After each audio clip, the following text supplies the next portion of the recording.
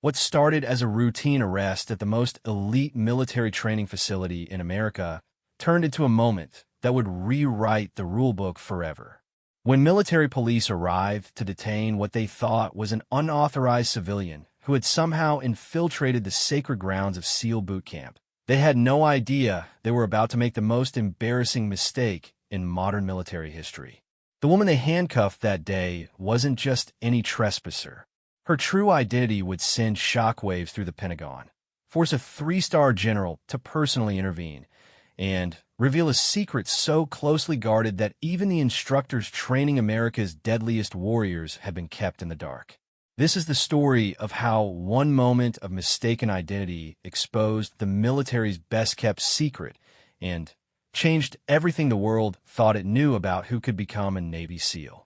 The morning sun cast long shadows across the Coronado Beach as another grueling day began at the Naval Special Warfare Training Center. The sound of boots pounding against sand mixed with the rhythmic crash of Pacific waves, creating the soundtrack that had broken thousands of hopeful warriors over the decades. Hell Week was in full swing, and the remaining candidates were being pushed to their absolute limits. Master Chief Petty Officer James Rodriguez had been an instructor at BUD/S for 8 years. He had seen every type of candidate imaginable walk through those gates. College athletes who thought their football glory would translate to military success, only to ring the bell by day 3. Street-smart kids from tough neighborhoods who surprised everyone by lasting until the final week. Rich boys who bought their way through prep schools, but couldn't buy their way through the pain. Rodriguez prided himself on being able to read people within hours of meeting them. That morning, as he watched the remaining 47 candidates struggle through surf torture, something caught his eye that didn't belong. Among the shivering bodies lying in the freezing Pacific water was someone who definitely wasn't supposed to be there. The figure was smaller than the others, wearing civilian clothes instead of military gear, and seemed to be observing rather than participating. Rodriguez squinted against the morning glare, trying to get a better look. The person appeared to be a woman, maybe in her 30s, with dark hair pulled back in a simple ponytail. She wore basic workout clothes and running shoes that were now soaked from the waves. What really caught his attention was how she moved. While the candidates were focused on surviving the torture, this woman was studying everything with the kind of analytical focus he'd only seen in combat veterans. "Hey, Thompson," Rodriguez called to another instructor. "You see that civilian over there? How the hell did someone get past security?" Instructor Thompson followed Rodriguez's gaze and immediately grabbed his radio. "Base security, this is Instructor Thompson at the beach training area. We have an unauthorized civilian who somehow got into the training zone. Female, approximately 30 years old. Need immediate response." The woman seemed unaware that she had been spotted. She continued watching the candidates with intense concentration, occasionally taking notes in a small waterproof notebook. Every few minutes, she would move to a different position to get a better angle of observation. Her movements were deliberate and professional, not like some curious tourist who had wandered into the wrong area. Within minutes, 2 military police vehicles arrived at the beach access point. 4 MPs emerged, their hands resting casually on their sidearms as they approached the training area. The lead officer, Sergeant First Class Michael Chun, had been handling base security for 3 years and had dealt with everything from protesters to foreign nationals trying to photograph classified training exercises. "Ma'am," Chun called out as he approached the woman, "this is a restricted military training area. I need to see your identification and an explanation for why you're here." The woman looked up from her notebook with calm, intelligent eyes. There was no fear or surprise in her expression, which Chun found unusual. Most people caught trespassing on military property showed immediate signs of panic or tried to make excuses. This woman simply observed him with the same analytical focus she had been giving the training exercise. "I understand your concern, Sergeant," she said in a calm, measured voice. "I'm here on official business, but I realize this situation appears irregular." Chen's training kicked in immediately. Her response was too composed, too military in its precision. Either she was an extremely well-trained foreign operative, or there was more to this situation than met the eye. However, his orders were clear when it came to unauthorized personnel in sensitive training areas. "Ma'am, I'm going to need you to come with us while we sort this out. Please place your hands behind your back." The woman complied without resistance as Chun placed handcuffs on her wrists. As he did, he noticed several things that didn't fit the profile of a typical trespasser. Her hands showed calluses consistent with extensive weapons training and rope work. Her posture remained military straight, even with her hands restrained. Most significantly, she wore a simple silver chain around her neck that disappeared beneath her shirt, suggesting some kind of identification tag. "What's your name, ma'am?" Chin asked as his partner searched her small backpack. "Sarah Mitchell," she replied. "And I think you should contact General Patricia Hayes before this goes any further." The mention of the three-star general who oversaw naval special warfare sent a chill down Chen's spine. General Hayes was one of the most respected and feared officers in the entire military. The fact that this unknown woman was casually dropping her name suggested either an incredible level of deception or connections that went far above Chen's security clearance. "Sergeant, you need to see this," his partner called out, holding up a military identification card he had found in the woman's bag. But as Chen examined it, his confusion only deepened. The ID looked official and showed Sarah Mitchell's photograph, but the classification codes and unit designations were unlike anything he had seen before. By this time, the commotion had attracted the attention of everyone on the beach. The SEAL candidates were still in the water, but their eyes were fixed on the arrest taking place just 50 yards away. The instructors had formed a loose circle around the scene, equally curious about what was happening. Master Chief Rodriguez approached Chun with his radio in hand. "Sergeant, I've got Commander Davis on the line. He's asking for an immediate briefing on the situation." Commander Michael Davis was the officer in charge of the current BUD/S class and had been running SEAL training for over a decade. His voice crackled through the radio with barely controlled irritation. "Rodriguez, what's the status down there? I've got reports of an unauthorized civilian in our training area." "Sir, we have a female subject in custody. She claims to know General Hayes and has military identification, but something about this whole situation doesn't add up. The ID codes don't match anything in our system."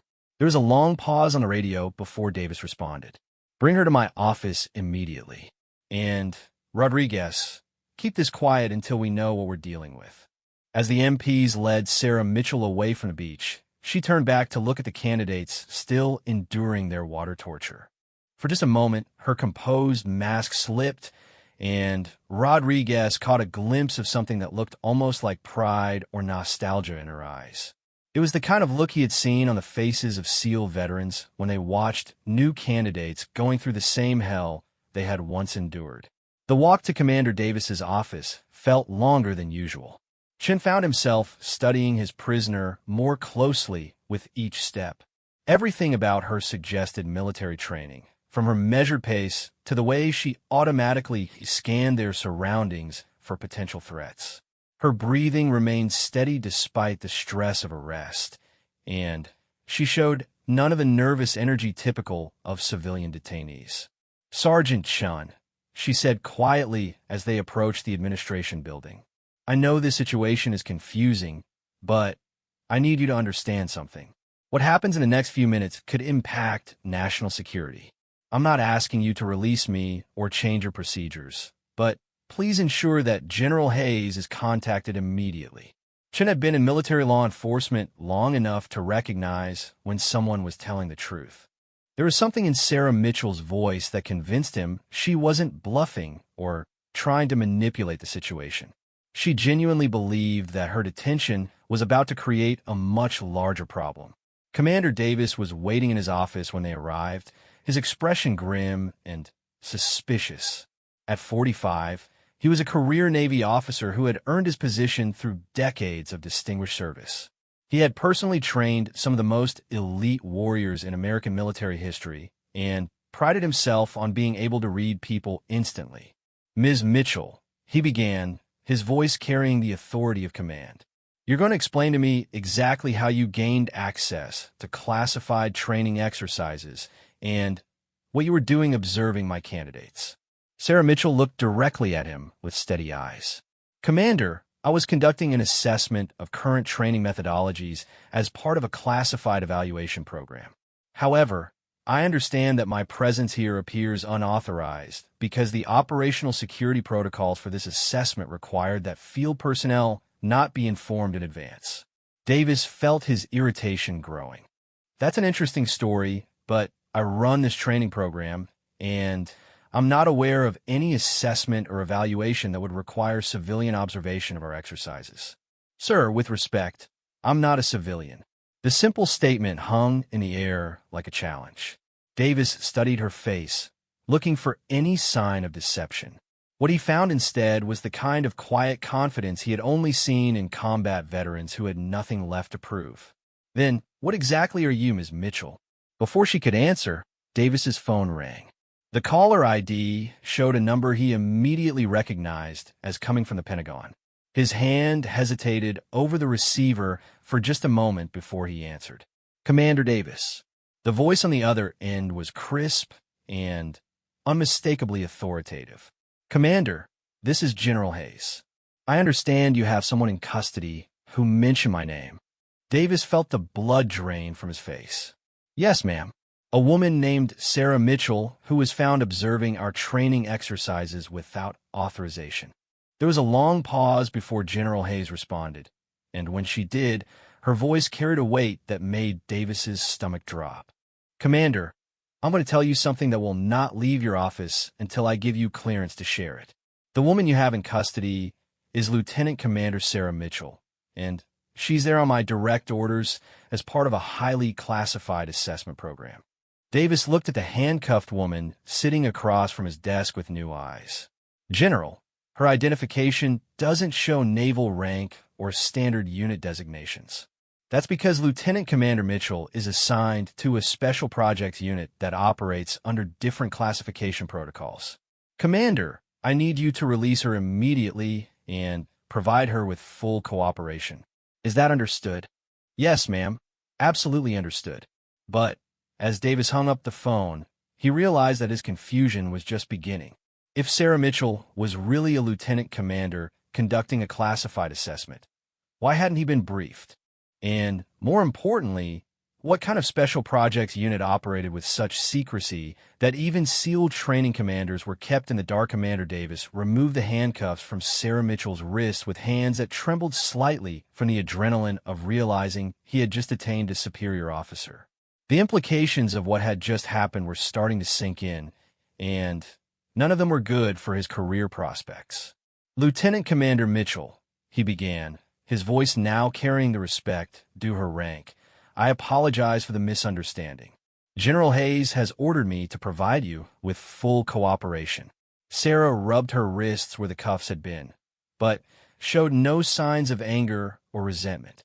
Instead, she seemed almost amused by the situation. Commander Davis, please don't apologize. Your security personnel and instructors did exactly what they should have done when they found an unidentified person in a restricted training area. If anything, this incident demonstrates that your operational security protocols are working correctly. Davis studied her more carefully now, looking for the subtle signs of military bearing that he had missed during her detention. Now that he knew what to look for, they were obvious. The way she sat with perfect posture, her direct eye contact, the measured way she spoke, and, most importantly, the absolute calm she had maintained throughout an arrest that would have left most civilians shaking with fear. Ma'am, may I ask what kind of assessment you were conducting? General Hayes mentioned a special projects unit, but I'm not familiar with any such organization. Sarah's expression became more serious. Commander, what I'm about to share with you is classified at the highest levels. The unit I represent has been studying the feasibility of expanding SEAL training to include female candidates. My presence here today was to conduct a detailed evaluation of current training methodologies to determine what modifications might be necessary. The words hit Davis like a physical blow. In his 25 years of military service, The idea of women in SEAL training had been discussed in theoretical terms, but never as a serious policy consideration. The physical and psychological demands of BUD/S had been designed specifically around male physiology and psychology.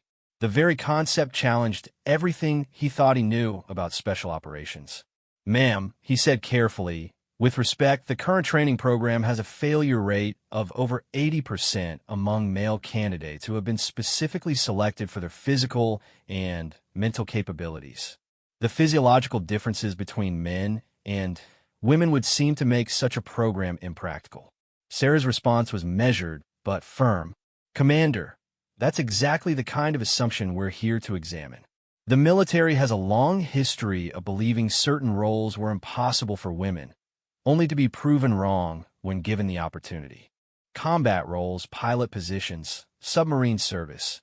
Each time, the supposed impossibility turned out to be more about tradition than actual capability." Davis found himself in the uncomfortable position of having his most fundamental beliefs challenged by a superior officer. "But, ma'am, SEAL operations require specific physical capabilities. Upper body strength, carrying capacity, swimming endurance. These aren't arbitrary requirements, but operational necessities." "You're absolutely right, Commander. They are operational necessities. But the question we're investigating isn't whether standards should be lowered.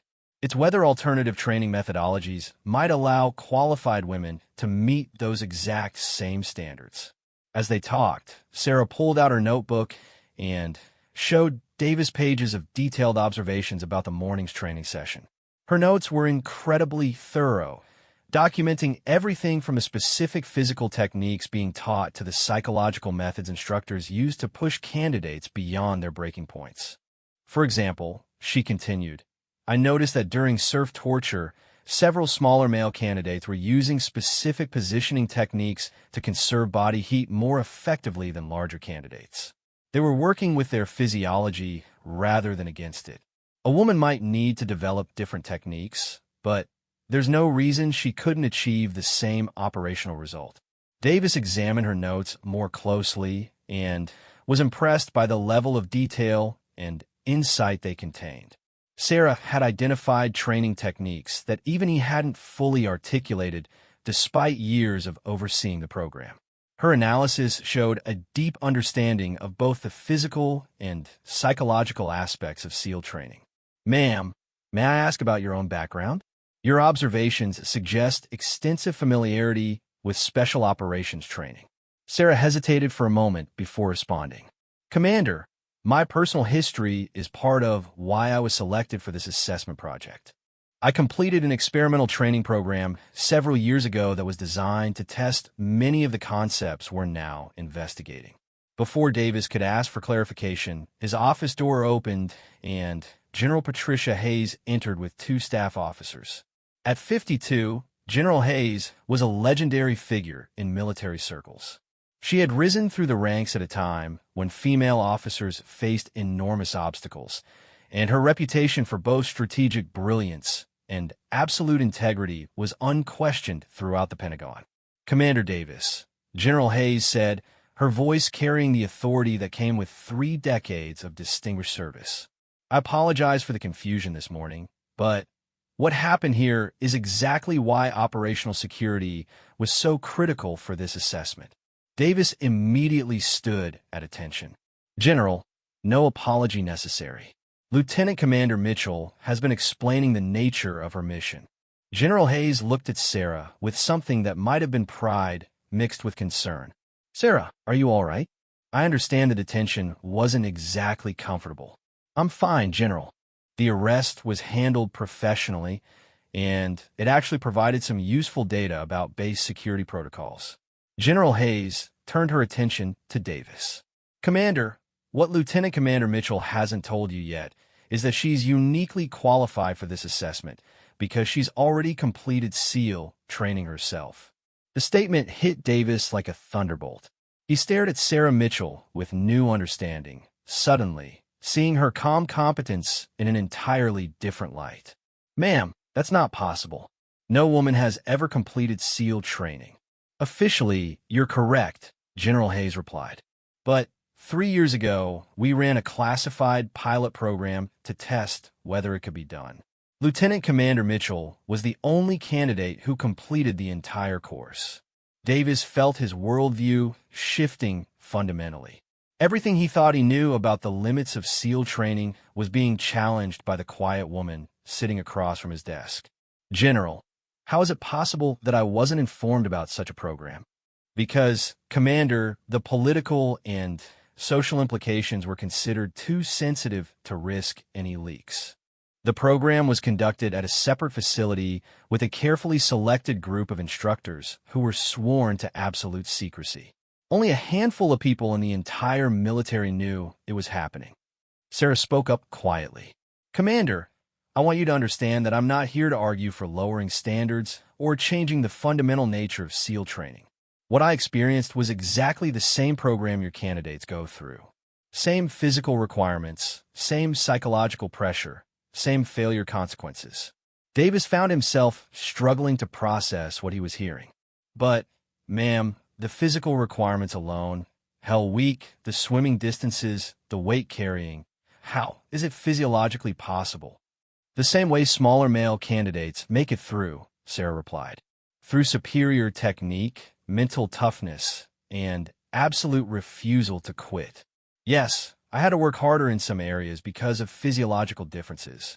But I also had advantages in others, better cold tolerance, more efficient swimming stroke mechanics, and different psychological responses to certain types of stress. General Hayes consulted her watch and moved toward the door.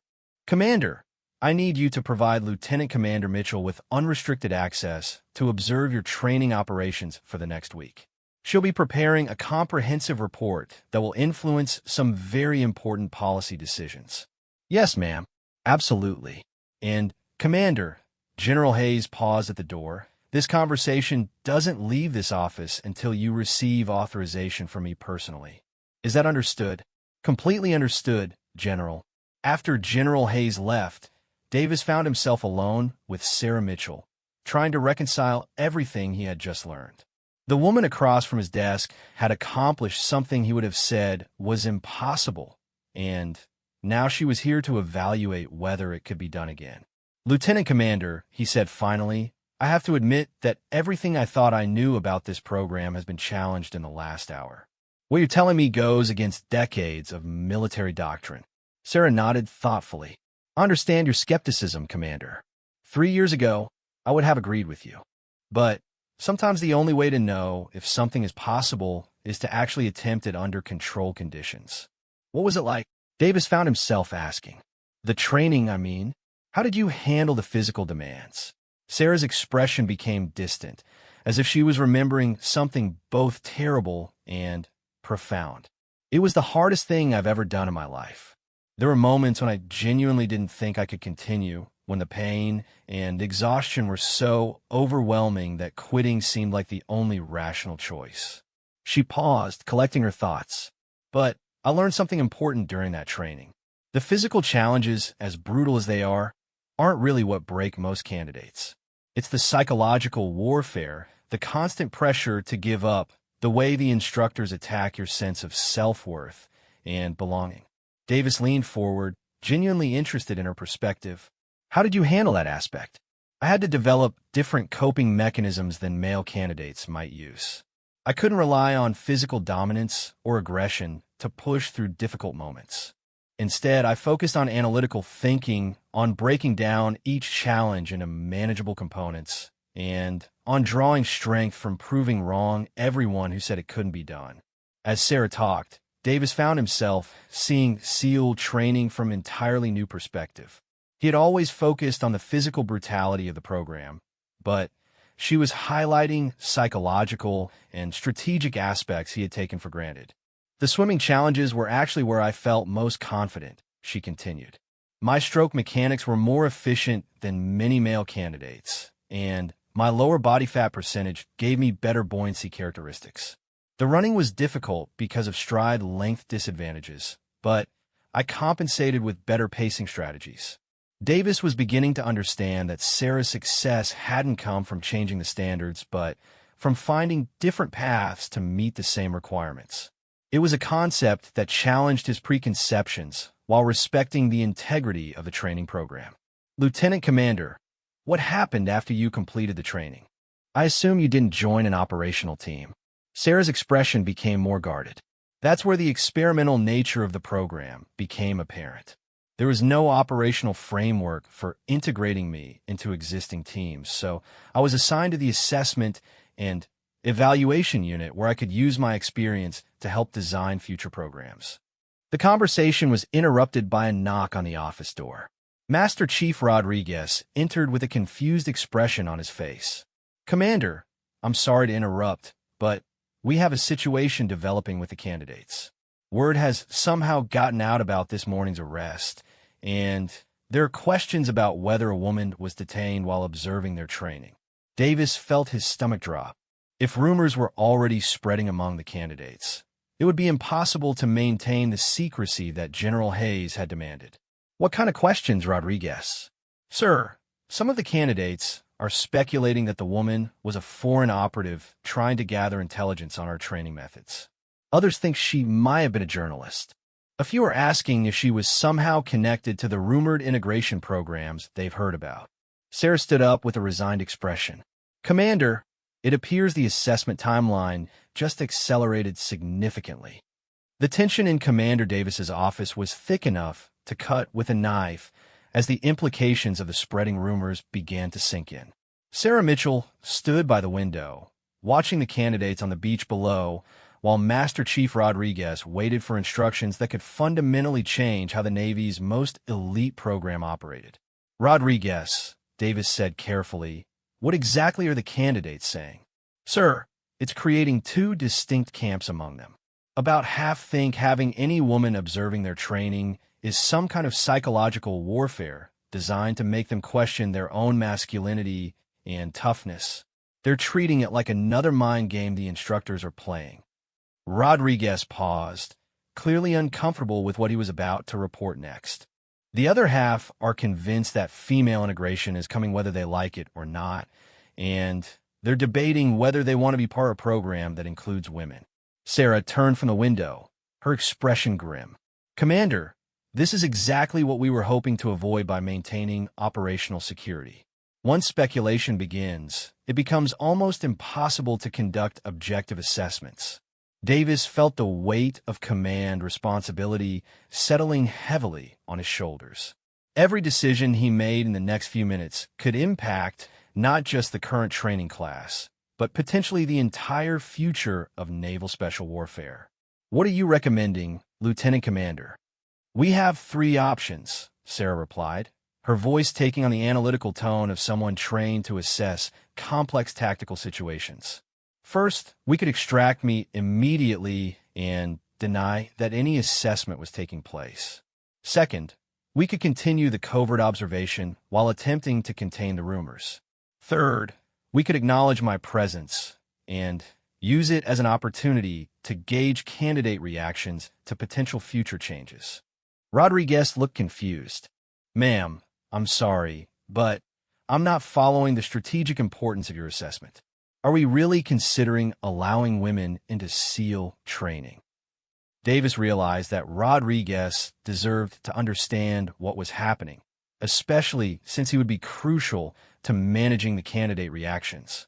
Master Chief, what I'm about to tell you is classified at the highest levels and cannot leave this room. He quickly briefed Rodriguez on Sarah's background and the true nature of her assessment mission. As the explanation proceeded, Rodriguez's expression shifted from confusion to disbelief to something approaching awe. Ma'am, Rodriguez said when Davis finished, you actually completed Hell Week? The entire program? Sarah nodded. Every component, Master Chief. Same standards, same requirements, same consequences for failure. Rodriguez studied her with new respect, but his expression remained troubled. With all due respect, ma'am, how do we know that the instructors in your program weren't influenced by the political implications of your success? The question hung in the air like an accusation, and Sarah's response would determine whether Rodriguez could respect her achievement or would always wonder if she had received special treatment. Master Chief, that's a fair question, and one I've thought about every day since completing the program. The instructors were specifically chosen because they had no knowledge of the political aspects of the training. They were told only that they were conducting a classified assessment of training methodologies with a small group of experimental candidates. She paused, choosing her words carefully. More importantly, the training was recorded from multiple angles and reviewed by independent evaluators who confirmed that standards were maintained throughout. I have the documentation to prove it, if you'd like to examine it. Rodriguez's military bearing prevented him from showing too much emotion, but Davis could see that he was genuinely impressed.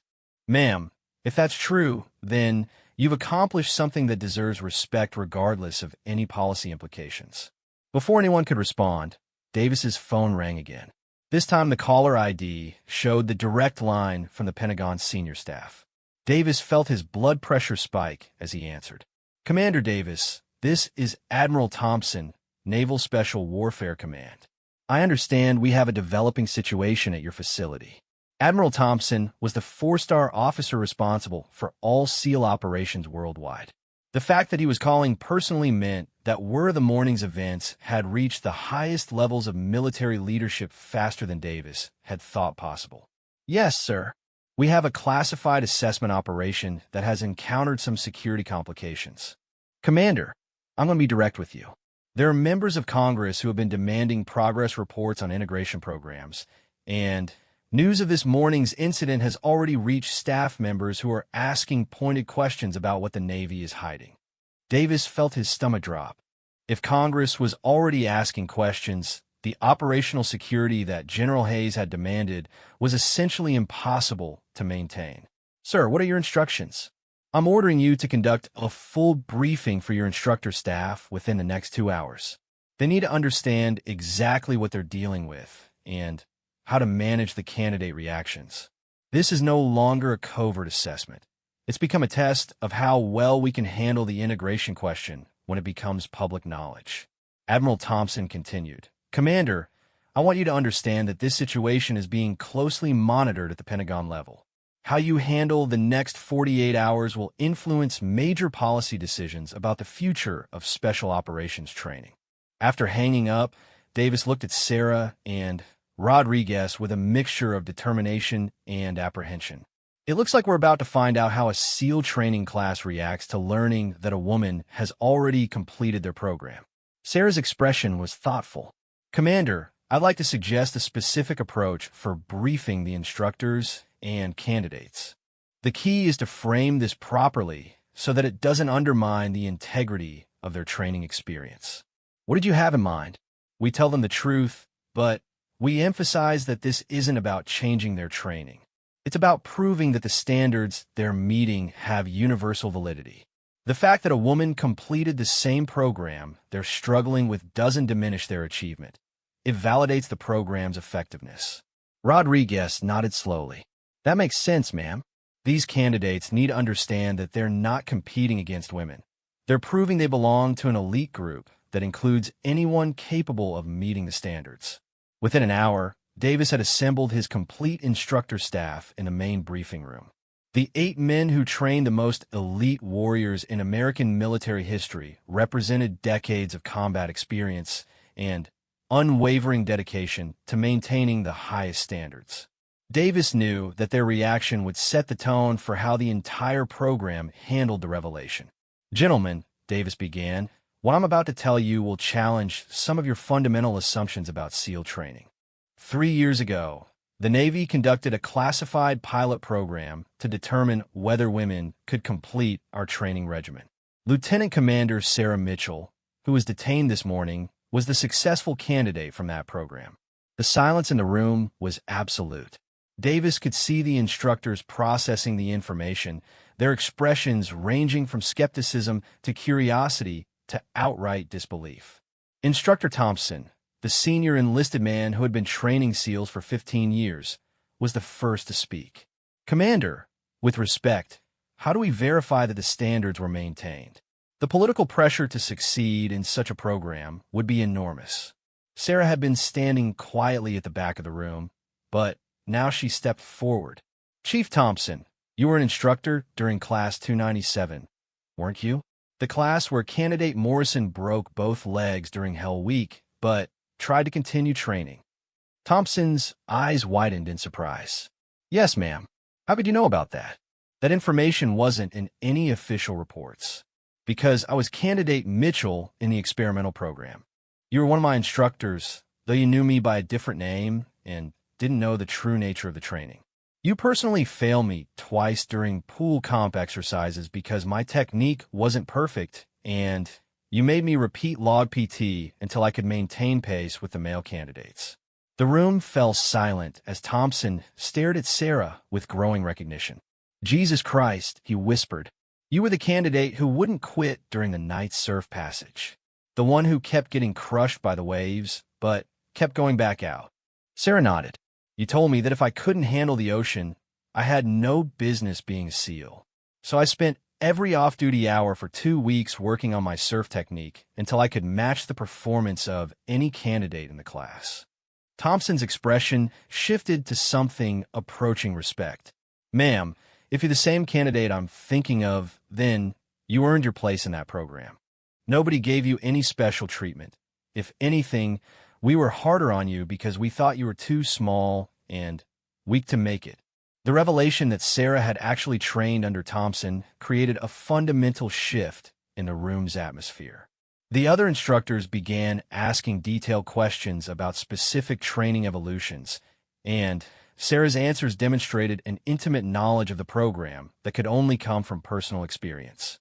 Instructor Martinez, who specialized in combat swimming, asked about the underwater knot-tying evolution that had eliminated several candidates from recent classes. Sarah's detailed description of the technique modifications she had developed not only proved her experience, but provided insights that Martinez realized could help future candidates.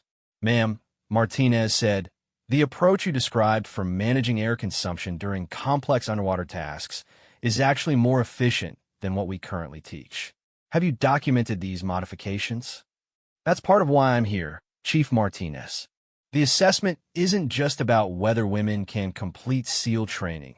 It's about what we can learn from different approaches to meeting the same standards." Master Chief Rodriguez had been quiet throughout the briefing, but now he addressed the core issue that everyone was thinking about. "Lieutenant Commander, how do we explain this to the candidates without undermining their confidence in the program?" Sarah's response was immediate and confident. "We tell them that they're proving they belong to an exclusive group defined not by gender, but by the ability to meet the highest military standards in the world. The fact that I completed the same training they're enduring doesn't make their achievement less significant. It makes the standards more meaningful." The briefing concluded with Davis outlining the new operational parameters. The instructors would continue training as normal, but they would be prepared to address candidate questions honestly while emphasizing that no changes to current standards were being considered. As the instructors filed out to return to their duties, Thompson approached Sarah privately. "Ma'am, I have to ask, what was the hardest part of the training for you?" Sarah considered the question carefully. "The same thing that breaks most male candidates, Chief. The moment when you're so exhausted, cold, and beaten down that quitting seems like the only rational option, and you have to find a reason to take one more step, complete one more evolution, survive one more hour." Thompson nodded with understanding. "And what kept you going during those moments?" "The knowledge that if I quit, it would be used as proof that women couldn't handle special operations. I wasn't just fighting for my own success. I was fighting to keep the door open for other women who might want the opportunity to try." As Sarah left the briefing room, she knew that the hardest part of her assessment was just beginning. The candidates had to be told about her presence, and their reactions would provide crucial data about how the SEAL community might handle integration if it became official policy. The next few hours would test not just the candidate's ability to handle unexpected information, but the entire program's capacity to adapt to a changing military landscape while maintaining the standards that made SEALs the most elite warriors in the world. The afternoon sun was beating down mercilessly on the remaining 47 SEAL candidates as they prepared for what they thought would be another routine training evolution. They had no idea that their entire understanding of what it meant to be a SEAL was about to be fundamentally challenged. Candidate James Sullivan, a 26-year-old former Marine, was one of the strongest performers in the class. He had survived every elimination so far through a combination of superior physical conditioning and unshakable mental toughness. Like most of his classmates, he had grown up believing that SEAL training was the ultimate test of masculine warrior capability. "Did you guys see what happened this morning with that woman?" whispered candidate Rodriguez during a brief water break. "My instructor buddy said she was some kind of foreign spy or something." Candidate Williams, a former college football player, shook his head dismissively. "Probably just another journalist trying to write some expose about how brutal our training is. They don't understand that the brutality is the whole point." The speculation continued among the candidates as they prepared for the afternoon's combat swimming exercise. None of them noticed Lieutenant Commander Mitchell standing on an observation deck above the pool, taking detailed notes about their techniques and interactions. Commander Davis approached the pool area with Master Chief Rodriguez, both men aware that they were about to deliver information that could fundamentally alter the candidates' perspective on their training and their future careers. "Class, take seats on the bleachers," Rodriguez commanded. "Commander Davis has an important briefing for you." The candidates quickly assembled, their expressions curious but wary. Important briefings during Hell Week usually meant either policy changes or the introduction of some new form of psychological pressure designed to test their mental resilience. Davis stood before them, acutely aware that his next words would be analyzed and debated by these men for years to come. "Gentlemen, what I'm about to tell you is classified information that will not leave this facility until you receive authorization to discuss it." The candidates straightened in their seats, recognizing the serious tone that indicated this wasn't another training mind game. "This morning, several of you witnessed the detention of a woman who was observing your training exercises. That woman is Lieutenant Commander Sarah Mitchell, and she's here conducting an official assessment of our training program. What makes her assessment particularly significant is that she completed SEAL training herself 3 years ago as part of a classified pilot program." The reaction was immediate and dramatic. Several candidates looked stunned, others appeared skeptical, and a few seemed almost angry at the suggestion that a woman had accomplished what they were struggling to achieve. Candidate Sullivan raised his hand. "Sir, with respect, how is that possible? The physical requirements alone would seem to make female completion impossible." Davis had expected this question and was prepared with a direct response. "Candidate Sullivan, Lieutenant Commander Mitchell met every single physical and psychological requirement that you're currently facing. Same standards, same consequences for failure, same operational demands." Candidate Thompson, a former Army Ranger who had joined the Navy specifically for SEAL training, stood up with barely controlled emotion. "Commander, are you telling us that our training is going to be modified to accommodate women? Because if that's the case, then the program loses all meaning." "Candidate Thompson, sit down," Rodriguez commanded sharply. The commander is not finished with his briefing. Davis continued calmly. "No changes are being made to current training standards. Lieutenant Commander Mitchell's presence here is to assess whether the current program could accommodate female candidates without any modification to requirements or standards."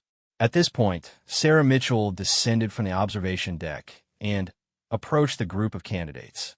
Her appearance created an immediate stir as the men tried to reconcile the composed, confident woman before them with their preconceptions about female military capability. "Gentlemen," Sarah began, her voice carrying the authority of her rank and experience, "I understand that my presence here challenges some of your assumptions about SEAL training. Let me be absolutely clear about something. The program that I completed was not modified, simplified, or adjusted in any way. Every evolution that has pushed you to your limits, I experienced as well. Candidate Williams raised his hand tentatively. Ma'am, how did you handle the physical demands? I mean, the log PT alone requires upper body strength that most women just don't have. Sarah's response was matter of fact. Candidate Williams, you're correct that upper body strength was my greatest challenge. I had to develop superior technique and positioning to compensate for lower absolute strength. But I also had advantages in other areas, better flexibility for certain swimming techniques, more efficient cold weather adaptation, and different psychological responses to stress. She paused, studying the faces of the candidates before continuing. But here's what I want you to understand. None of you are succeeding in this program because of your gender. You're succeeding because of your individual determination, intelligence, and ability to adapt to extreme challenges. Those qualities aren't exclusive to men. Candidate Martinez, who had been quiet throughout the briefing, asked the question that several others had been thinking. Ma'am, what was the hardest part of training for you? Sarah's expression became distant as she recalled memories that were clearly both painful and profound.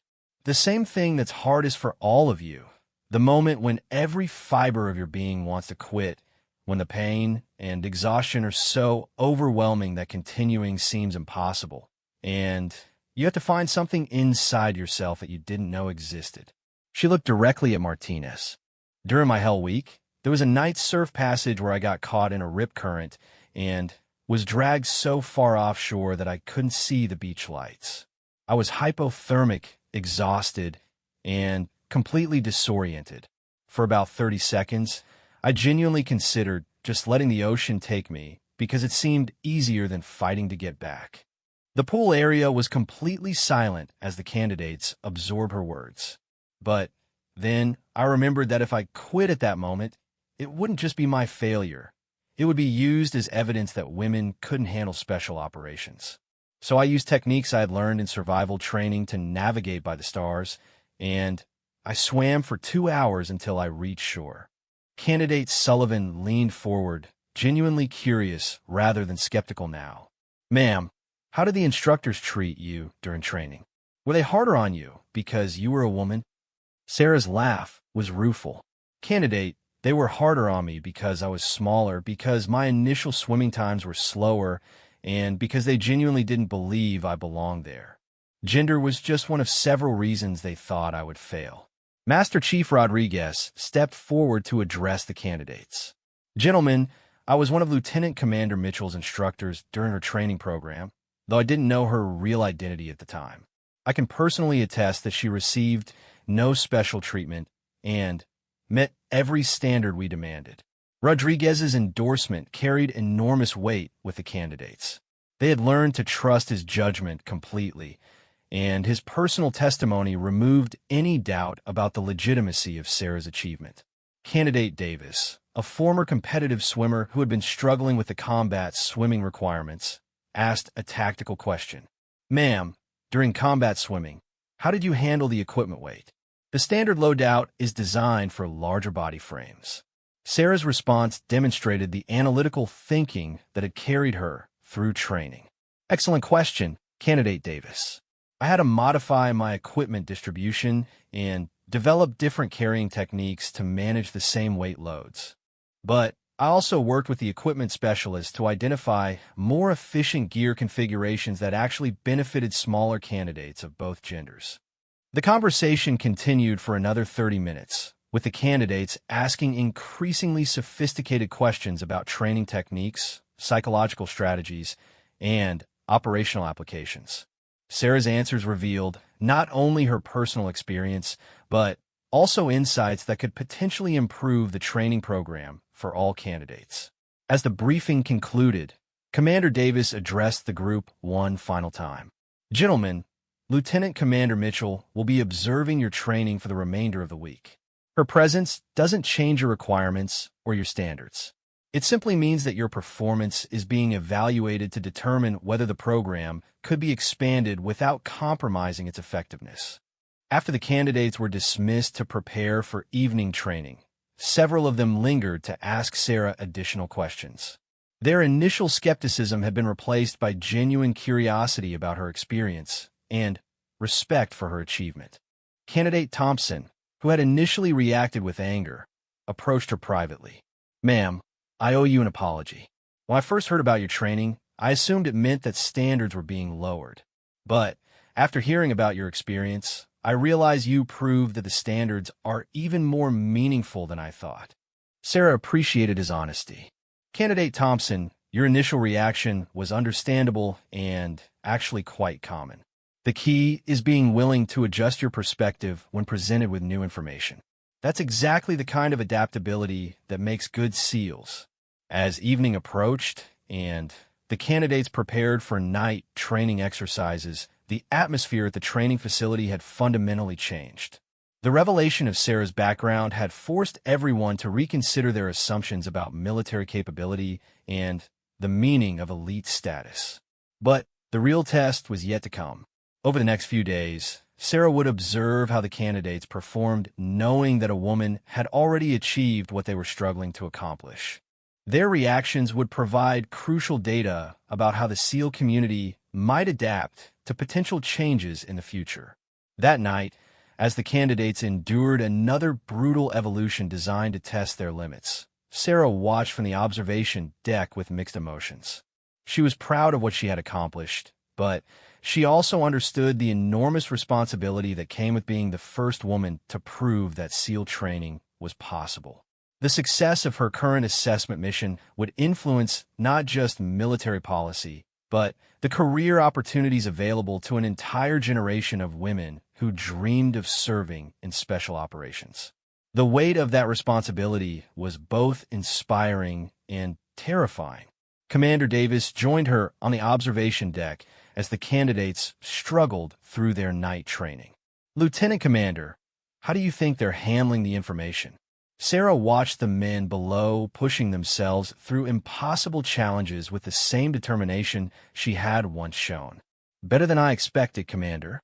The initial shock is wearing off, and they're starting to understand that my success validates rather than diminishes what they're trying to achieve." Davis nodded thoughtfully. "What happens next? When your assessment is complete, what kind of recommendations will you be making?" Sarah's response was measured and professional. "That will depend on the data we collect over the next few days.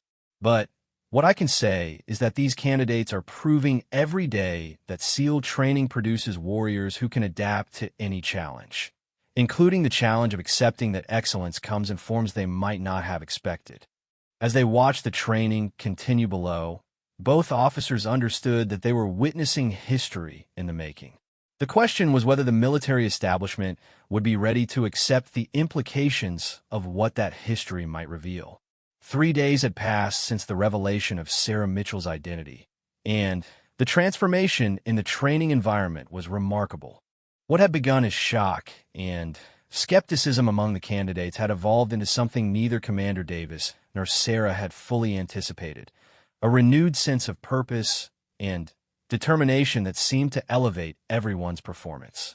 Candidate Sullivan found himself pushing harder than ever before, not because he felt threatened by Sarah's achievement, but because her success had redefined what he understood about the true meaning of SEAL standards. During the morning's physical training evolution, he completed his fastest obstacle course time yet, driven by the realization that he was proving himself against criteria that had universal validity. "The crazy thing is," Sullivan confided to candidate Martinez during a brief rest period, "knowing that a woman completed this program makes me more proud to be here, not less. It means the standards really are as high as we thought they were." Martinez nodded in agreement. "It's like we're not just proving we're tough enough to be SEALs. We're proving we belong to a group defined by something more fundamental than physical strength alone."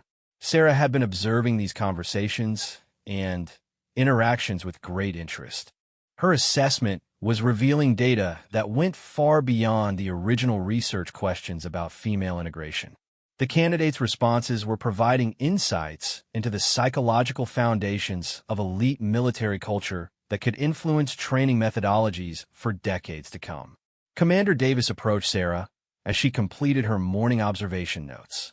"Lieutenant Commander, I've been receiving calls from the Pentagon requesting preliminary reports. How would you characterize what we're seeing here?" Sarah looked up from her notebook, her expression thoughtful. Commander, we're witnessing something unprecedented. Instead of feeling threatened by the knowledge that standards are achievable by women, these candidates are finding additional motivation in knowing that they're meeting truly universal criteria for excellence. She paused to watch candidate Williams executing a perfect combat swimming evolution, a technique he had struggled with before learning about her training experience. What's particularly interesting is that several candidates have improved their performance specifically because they're now thinking more analytically about technique and strategy rather than relying purely on physical force. Davis had noticed the same phenomenon among his instructors. Master Chief Rodriguez had commented that the candidates were asking more sophisticated questions about training methodologies and showing greater interest in the scientific principles underlying their exercises. Ma'am, what implications do you think this has for potential policy changes? Before Sarah could respond, they were interrupted by the arrival of General Hayes, who had flown in from Washington specifically to observe the final days of the assessment. Her expression was serious, but not unpleasant as she greeted both officers. Commander Davis, Lieutenant Commander Mitchell, I need a comprehensive briefing on what you've observed and learned during this assessment period. They moved to the main conference room, where Sarah had prepared detailed documentation of every aspect of the past week's observations. Her report covered not just the candidate's reactions to learning about her background, but also the instructor's adaptations and the overall impact on training effectiveness. General, Sarah began, the data we've collected challenges several fundamental assumptions about military culture and integration.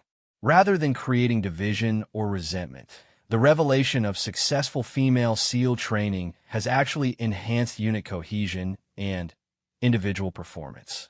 General Hayes studied the documentation carefully, occasionally asking pointed questions about specific incidents or observations. Her military bearing remained formal, but Davis could see that she was genuinely impressed by the thoroughness of Sarah's analysis. Lieutenant Commander, what about the instructors? How have they adapted to this information? General, that may be the most significant finding of the entire assessment. The instructors have not only accepted my background, but have begun incorporating insights from my training experience into their current methodologies. Master Chief Rodriguez, for example, has modified combat swimming instruction based on techniques I developed to compensate for size disadvantages. Rodriguez entered the conference room at that moment, having been summoned to provide his own assessment of the week's events. His testimony would be crucial because it represented the perspective of the senior enlisted personnel who formed the backbone of SEAL training culture. Master Chief, General Hayes addressed him directly. I want your honest evaluation of how this information has affected your program. Rodriguez stood at attention, but spoke with the confidence of someone who had earned the right to express his professional opinion. General, I've been training SEALs for 15 years, and I've never seen a group of candidates respond to a challenge the way this class has responded to learning about Lieutenant Commander Mitchell's achievement. He gestured toward the window overlooking the training area. Those men are performing better now than they were a week ago, not because anything about their training has changed, but because they understand more clearly what they're trying to achieve. They're not just proving they can handle physical punishment. They're proving they belong to an elite community defined by the highest possible standards. General Hayes was taking detailed notes as Rodriguez continued his assessment. General, if I'm being completely honest, I think Lieutenant Commander Mitchell's presence here has made my job easier rather than harder. The candidates are more focused, more analytical in their approach to challenges, and more supportive of each other because they understand that success is about meeting standards rather than defeating other people. Sarah felt a surge of relief at Rodriguez's testimony. His endorsement carried enormous weight because it came from someone who had initially been skeptical about her background and had no political motivation to support integration policies. Master Chief, what about the other instructors? Are they comfortable with these developments? General, every instructor on my staff has told me that they want Lieutenant Commander Mitchell's training modifications documented and incorporated into our standard curriculum. Her analytical approach to technique development has identified improvements that will benefit all future candidates. General Hayes turned her attention back to Sarah. Lieutenant Commander, based on everything you've observed and documented, what are your recommendations regarding potential policy changes? Sarah had been preparing for this question throughout the assessment period, and her response was carefully considered. General, I recommend proceeding with a carefully structured pilot program that allows qualified women to attempt SEAL training under the current standards. Based on what we've observed here, such integration could actually strengthen rather than weaken the program. She pulled out a detailed implementation plan that she had developed during the assessment. However, I also recommend specific preparatory measures to ensure that female candidates are as prepared as possible before attempting the program, and that instructors receive additional training on managing the unique aspects of gender integration. Davis was impressed by the thoroughness of Sarah's recommendations. Her plan addressed everything from physical preparation protocols to psychological readiness assessments to instructor training modifications. It was clear that she had used her unique experience to think through every aspect of how integration might work in practice. General Hayes reviewed the implementation plan in detail, asking probing questions about timeline, resource requirements, and potential challenges. After an hour of intensive discussion, she closed the folder and addressed both officers. Based on what I've seen and heard today, I'm prepared to recommend to the Chief of Naval Operations that we proceed with a limited pilot program for female SEAL training. However, the success of such a program will depend on maintaining absolute fidelity to current standards while adapting our support systems to help all candidates achieve their maximum potential. The implications of her statement were enormous. If approved, Sarah's assessment would lead to the most significant change in SEAL training since the program's inception. But General Hayes wasn't finished with her announcements. Lieutenant Commander Mitchell, I'm also recommending you for promotion to commander and assignment as the officer in charge of developing and implementing the integration protocols. Your unique experience makes you the logical choice to lead this initiative. Sarah felt the weight of history settling on her shoulders. The success or failure of female integration into SEAL training would largely depend on how well she could translate her individual achievement into a systematic program that maintained the integrity of the world's most demanding military training. As the briefing concluded and General Hayes prepared to return to Washington, Davis found himself reflecting on how dramatically his understanding of military capability had evolved in just 1 week.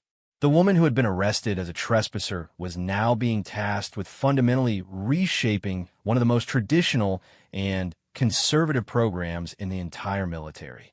Commander Davis, Sarah said as they watched General Hayes' departure, I want you to know that whatever happens next, this assessment period has provided invaluable data about the real foundations of military excellence. Your candidates and instructors have demonstrated that true elite communities are defined by their standards rather than their exclusions. Davis nodded thoughtfully. Lieutenant Commander, what you've accomplished here goes beyond just proving that women can complete SEAL training. You've shown that challenging our assumptions can make us stronger rather than weaker. As afternoon training commenced, Sarah took one final walk through the facility where she had spent the most transformative week of her military career.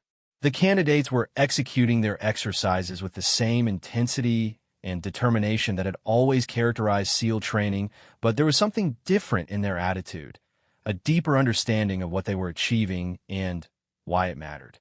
Candidate Sullivan noticed her observation and approached during a brief break in training.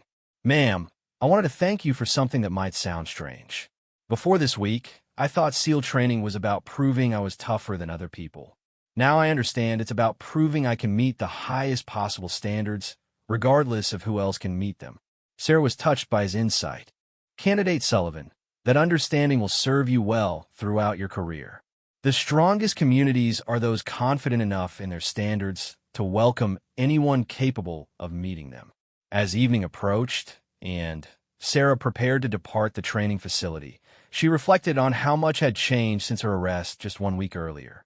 What had begun as an embarrassing security incident had evolved into a comprehensive demonstration that the military's most elite programs could adapt and evolve while maintaining their fundamental integrity. The phone call came as Sarah was packing her assessment materials. General Hayes's voice carried a note of satisfaction that had been absent during their earlier conversations. "Commander Mitchell," the general said, using Sarah's new rank for the first time, "the Chief of Naval Operations has approved the pilot program. You'll have 6 months to develop implementation protocols and 12 months to conduct the first experimental training class." Sarah felt a mixture of excitement and apprehension as the magnitude of her new responsibility became clear. "General, thank you for this opportunity. I won't let down the women who will participate in this program or the institution that's making it possible. Commander, I have complete confidence in your ability to manage this transition successfully. But remember that the ultimate goal isn't just to prove that women can become SEALs. It's to demonstrate that our military can evolve while maintaining the standards that make it the most effective fighting force in the world." As Sarah left the Coronado Beach training facility for the last time as an observer, she looked back at the candidates still enduring their evening training evolution. These men had unknowingly participated in a historic moment that would influence military policy for generations to come. The woman who had been arrested as a trespasser 1 week earlier was now walking away as the architect of a program that would fundamentally change how the military defined elite capability. The shock of her true identity had evolved into something far more significant, proof that the highest standards of military excellence were achievable by anyone with the determination, intelligence, and courage to meet them. The most shocking day in naval special warfare history had become the foundation for its most promising future.